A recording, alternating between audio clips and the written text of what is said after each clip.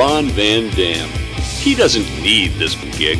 He's got all that money coming from that deposed Nigerian prince. Should be here any day now, and then he's kissing you suckers goodbye. You're listening to The Ron Van Dam Show on New England Broadcasting. The following program is brought to you in living color. Good morning, good afternoon, good evening, good night. It's the Ron Van Dam Show. Oh, what do you want from me now? Hold on tight. Things can get a bit weird, if you like that sort of thing.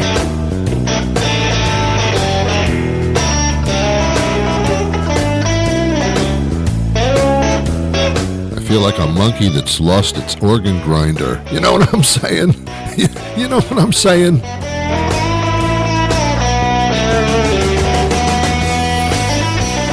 Hey, welcome to the program. It is the Ron Van Dam Show. Thanks for being here. Make yourself comfortable. I'm going to entertain and inform you. I'm informing you for the next 30 minutes, which is nearly half an hour. And after that, you're on your own.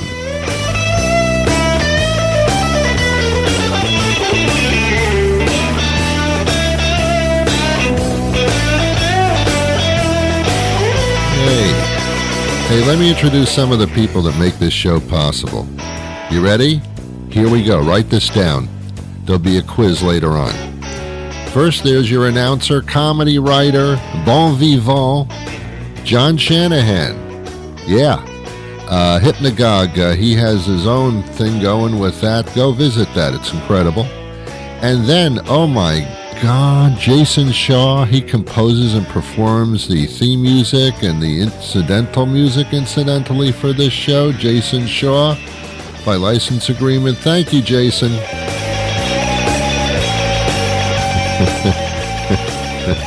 And my entire life is by license agreement, by the way. And then there's Nicole Reed. She is the British voice that you hear at the beginning of the program. Is she really British? Maybe. She books many of the national interviews that we do on this program because I'm incapable of doing that myself, or I don't care to do it.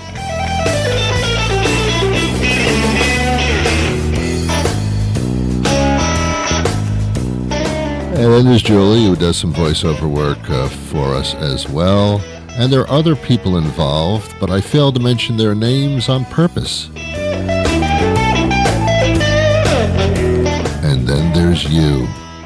What the hell are you doing? What are you doing?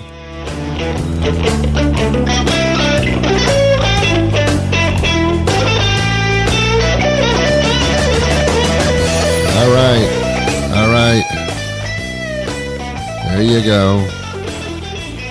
And then there's the court's work release program. Yes, I have to do this for another couple of years, and then I'm off the hook. I've paid my dues at that point, but this is how I'm serving society. I know, really, right?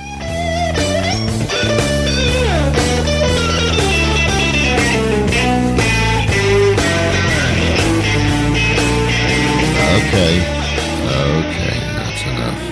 that's enough. All right. Ron, when are you going to start the show? You just like talk in front of theme music for a while? I mean, come on, seriously, man. Is that what you trained your whole life for? Is that what your education is all about? I mean, doesn't sound very applicable to me. How are you? Good to be with you. Oh, God, yesterday I went to the doctor. I know. Do you do that every once in a while? You're supposed to go to the doctor once a year for a physical. That's what you're supposed to do. And you should do that because, you know, if there's anything, to catch it early is a good idea. Unlike a baseball player, if you catch the ball early before it even arrives, it looks stupid. It just looks stupid in a baseball game. Hey, Bob, what are you doing? You're making believe you're catching a ball? Yeah, I'm catching it early. My doctor recommended that I catch things early. No, not in sports, Bob. Anyway, that was my theatrical performance, by the way, of Bob, who is a baseball player catching the ball early in order...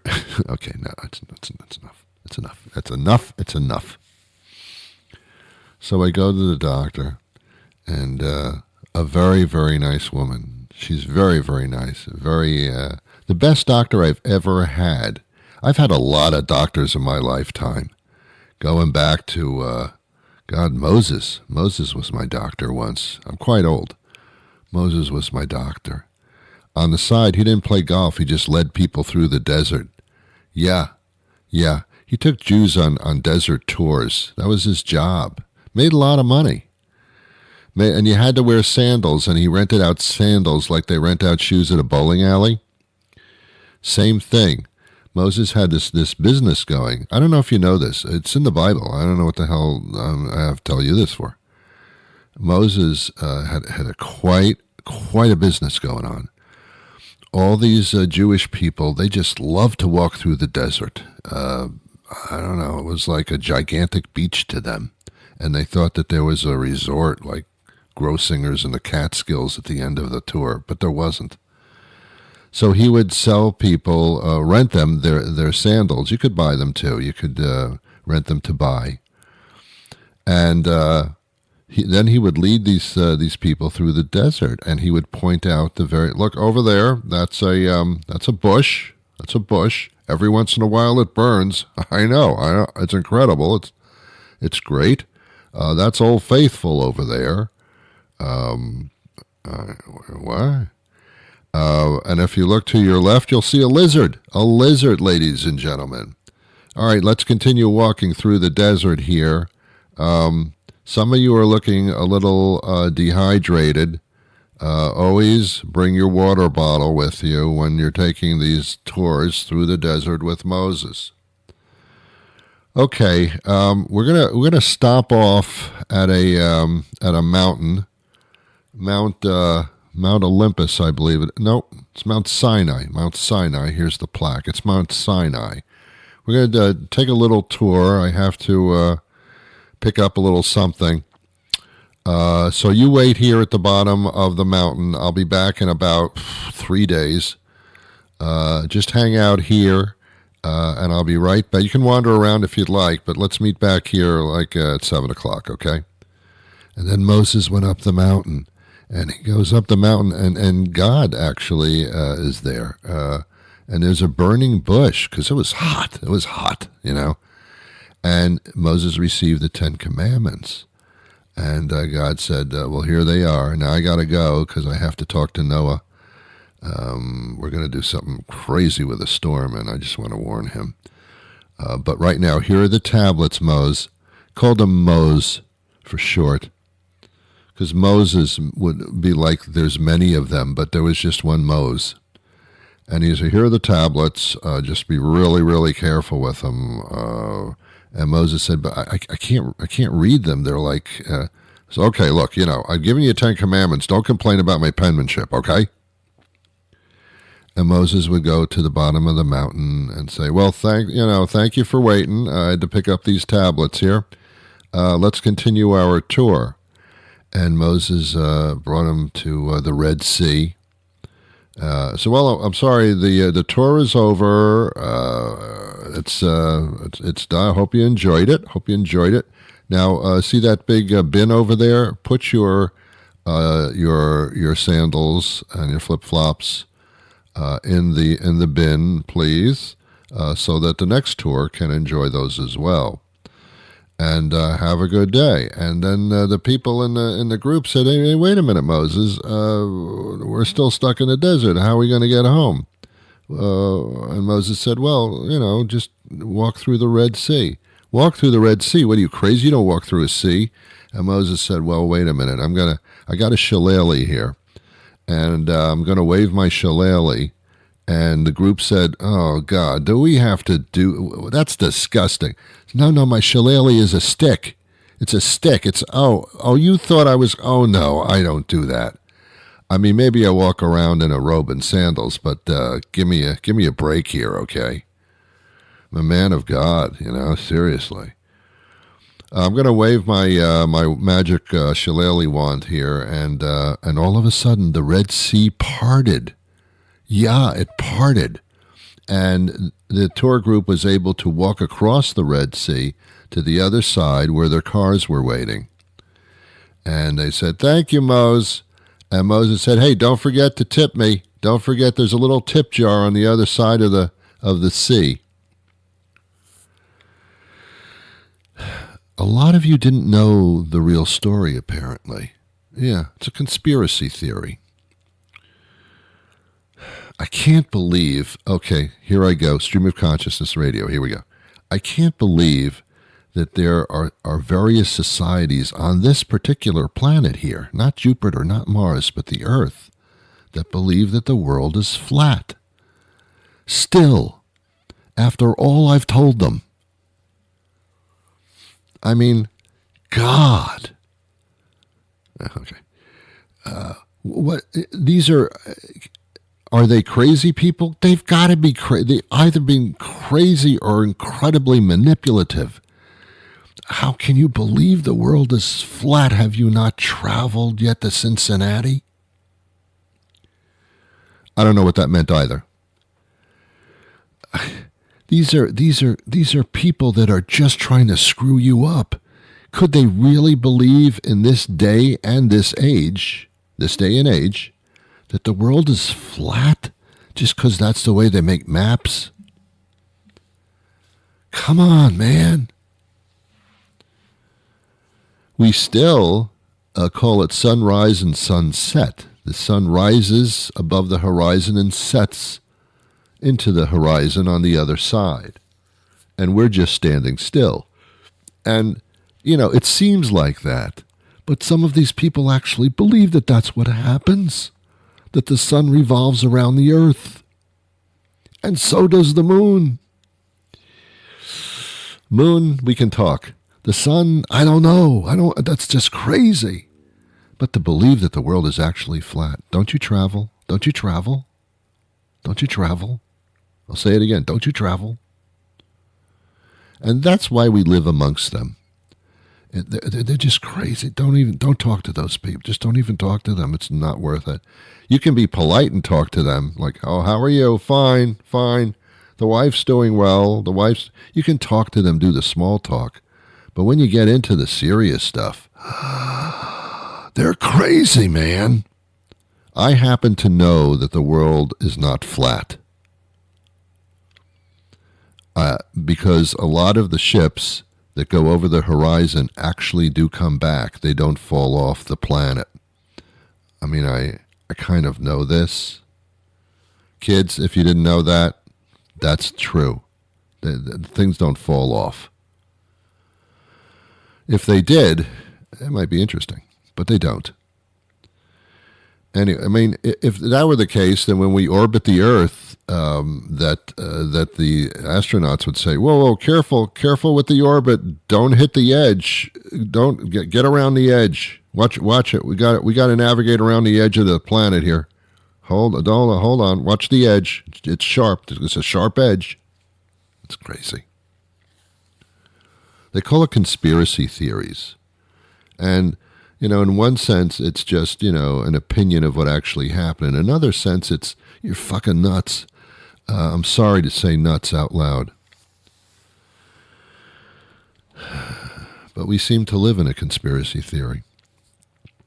When I started doing radio back in the 1600s, I had a guest on the show who seriously, and, it actually got me thinking. This conspiracy theory was so incredibly ornate that it actually got me thinking. And here's what this guy said.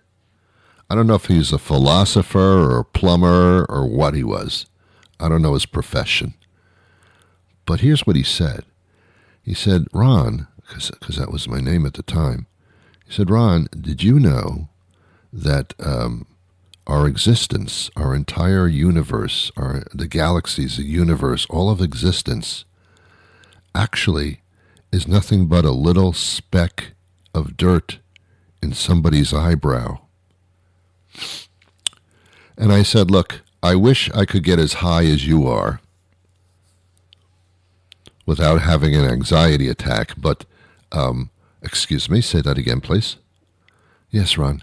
How do you know that all of existence all of this is nothing but a tiny little microorganism speck in somebody else's eyebrow. I said, okay, that's interesting to an extent. Why you chose that we exist as a universe in somebody else's eyebrow? In an eyebrow? Why did you choose that particular body part in order to exist? It's just in their their eyebrow? So could it not be in their eyelash? Oh, that is possible, Ron. That is possible too. Oh, okay. You got to change your theory then. Because I didn't think eyelashes actually were capable of holding entire universes. Eyebrow, all right, I can see it. Eyelash, that's a stretch, man. That's a stretch. But somehow, his little theory, which means that we don't know how we got, what this is. We have no freaking idea of existence. Can't explain it. Don't even try. Stop taking courses and being a philosopher about it. Don't even try to do that. But this guy maybe he was high. Perpetually. But he actually got me thinking. And for days after that, I thought, well, that's as plausible as anything else. He nearly drove me nuts. And then I had a bowl of ice cream, and I realized that doesn't make any difference anyway. I'm sitting here with a bowl of ice cream watching television. I'm good. We don't need the eyebrow theory here. It doesn't make any difference. As long as there's a bowl of ice cream and a television set within the eyebrow, I'm good. I don't know. Philosophy. I know a young lady who was a philosophy major. And when she talks about that, she's extremely annoying. And I feel I don't talk to her about her philosophy degree because actually she just works in a coffee shop. Well, that's what you get when you have a philosophy degree. You end up, I'll have a latte, please. Why do you think you exist to have a latte? To what purpose does a latte shape your actual physical being? Okay, I'm going to stand over here in a corner. You just call my name when the latte's ready. Philosophy major, spending $120,000 a semester so that you can work the coffee. Now, I am so sorry. I am so sorry. If you work in a coffee shop of any type, whether they have latte or not, if you work, I did not mean to insult you and say that if you take philosophy, you'll end up peddling coffee. It's a very high possibility that that'll happen, but I'm not insulting anybody's job. I'm really not. Every job is important because every job means you're doing something that other people will not do, don't know how to do, or don't want to do. You perform a function. You exist in my eyebrows. Well, one of my eyebrows, the left one. Just saying. That's where you exist, in my eyebrow. We're going to take a break, and when we come back, my guest will be joining us. I am going to try to help save humanity, just on today's show for the last 10 minutes. We're going to try to save humanity. We're going to stamp out the horrible existence that the younger generation has etched out for themselves that will lead to certain problems that they will not be able to control nor handle. Life has become a bit more complicated than Moses leading people through a desert. It has. So, first, before we meet our guest, there's this. Hello, this is Father Mike Slannery of the Our Lady of the Sacred Spatula Church here in town, and I wanted to publicly apologise for the church's recent presentation of the one-man musical review, Jesus, Live and Off the Cross. Our rectory assistant, Marjorie Griffin, who is usually very sharp about these kinds of things, and who was responsible for events like our recent excellent visitation and speech by the Pope's brother's friend's dentist niece, admits that she did not do nearly enough research on the show, and like me, was expecting a programme more along the respectful lines of Godspell or Jesus Christ Superstar. If you were in the audience that evening, you know that this was not the case. We did not know, for example, how racy the song There Is Something About Mary would be, and were just as shocked as many of you at the way it provided unnecessary and probably historically inaccurate details about our Lord and Saviour's relationship with Mary Magdalene. I double-checked, and as I suspected, the words "hitting it from the back" never appear in the Bible. Had I thought to look at the song list before the show, I might have suggested the actor take out the rap number called Loaves and Fishes, Bitches, and the crucifixion number titled Let Me Get My Hands on You, Pontius Pilate. Well, the less said about that, the better. We are still cleaning the stage. Full refunds for anyone who wants one are available at the rectory office of the Our Lady of the Sacred Spatula Church, 27 Eucharist Way, which is open weekdays from 9 to 4, but not between 1 and 1:30 when Marjorie takes lunch. And please remember the teachings of our Lord and Saviour Jesus Christ and forgive us. Nikki Wilson joins us now. She serves as PTA Connected Ambassador for the National PTA and all the PTAs all over the place. Thanks for being with us, Mickey. Thanks, Ron. Thanks for having me today. We're talking about something that is paramount in my mind. We talk about this on the show a lot, and that is how kids use the computer or the internet these days. I didn't grow up like this. A lot of people didn't, but they are. And I think the internet is a great thing for getting information and all that kind of stuff, but social media kind of scares me a bit for children, and I guess a lot of parents feel that way. Yeah, you're definitely not alone. A lot of parents do feel this way about social media. Yeah, there's no. To me, it's like a cult that you're just like thrown into, and then you get stuck in it. And if you're a child, you don't know what's going on, and as an adult you can make choices. As a child you can't, so the parents have to get involved. I know that you've teamed up with TikTok in order to try to go through these waters and make them calmer. Yeah, so so from the National PTA perspective, we like to promote the conversation, right? We really encourage that parents have a conversation with their kids. It should start at home. It should be positive, proactive, and practical. As we've moved up to like the high school level, and you mentioned TikTok, we have a program called Create with Kindness that National PTA does in collaboration with TikTok.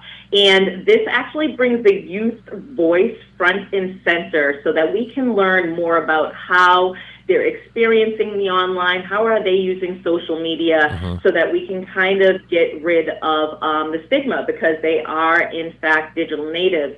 And what we are finding, or what I found through having a lot of conversations across the country, is in this particular program, we have parents and we have youth, and we ask them pretty much the same questions. Good. And we're actually approaching this from similar perspectives, right? Parents want to keep their children safe, and sometimes we tend to think the worst of what's out there because we didn't have access to the same types of technology they do. Right. But what I see the teens doing are they're really sharing, first and foremost, how are they even using social media? What social media do they use? We like to think that they're on everything out there, but in fact, they're very particular in when they're on it and what they use it for. And so through a program like Create with Kindness, we walk away a little less scared about how daunting social media is, because we get to listen to teens, and they bring things up front and center from that we highlight on the good for sure,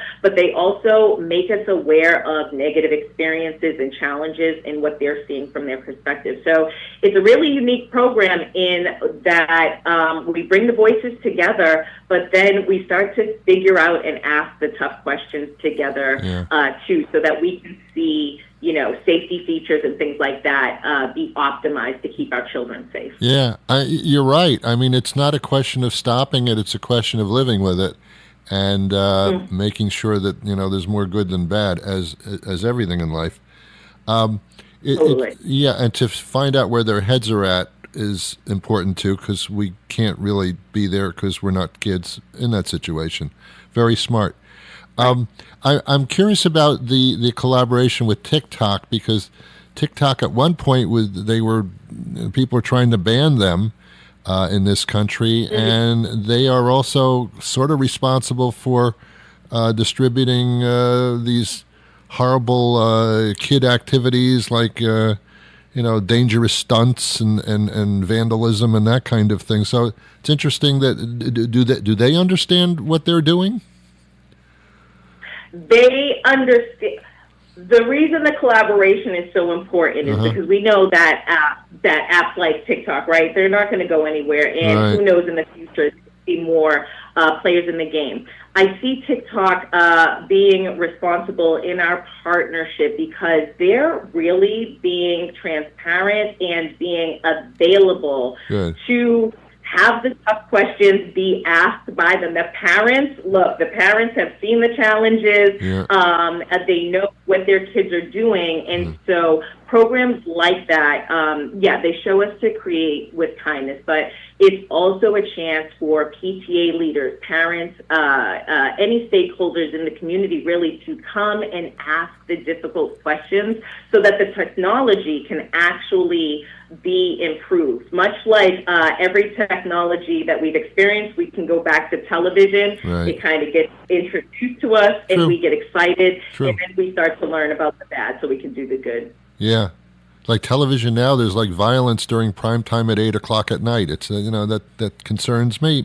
But anyway, there's a lot involved here. Let me ask you a question probably everybody asks you and those in your situation. At what age should a child actually have a digital device or a smartphone, we call it?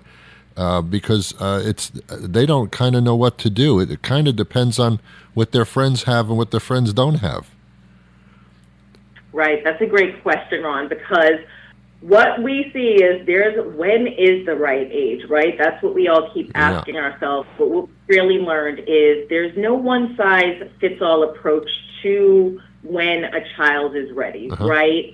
We've learned that parents, they know what's best for their children. They know their children best. And so every family is going to approach device use differently. So when we say it starts with a conversation and speaking with your child, that's important because they're giving you information on, do they feel pressured to actually have the device? Do they want the device for educational purposes? And like we know kids, right? They have many excuses why they want the devices. Having the conversation at least lets us into their head of why. And then we can go from there and have conversations around what does healthy device use look like in our homes, right? So when it starts with the conversation and our positive role modeling, adults, I need you to role model positively, that makes it a little easier to discern when is the time to be ready.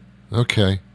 Yeah, it is very individual, I would assume. Yeah, and it also depends on the child and how they're raised and what their morals are and such. It's kind of a lot on the parents, that it belongs on the parents in a way, right?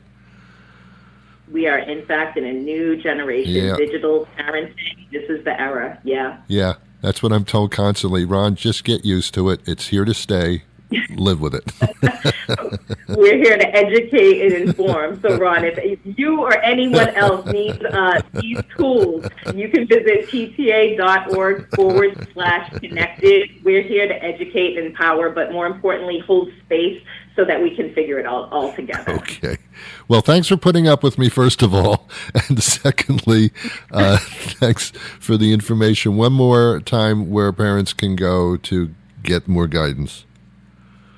Parents, local PTAs, parents, caregivers, they can visit pta.org/connected. All of our programs and resources are right there. You can download them and start today. Perfect. Nikki, thank you so much for your time today. Well, thank you to my guest, and thank you to you. I'll be back again the next time a weekday rolls around. That could be rather soon. But until that time arrives, I wish you peace.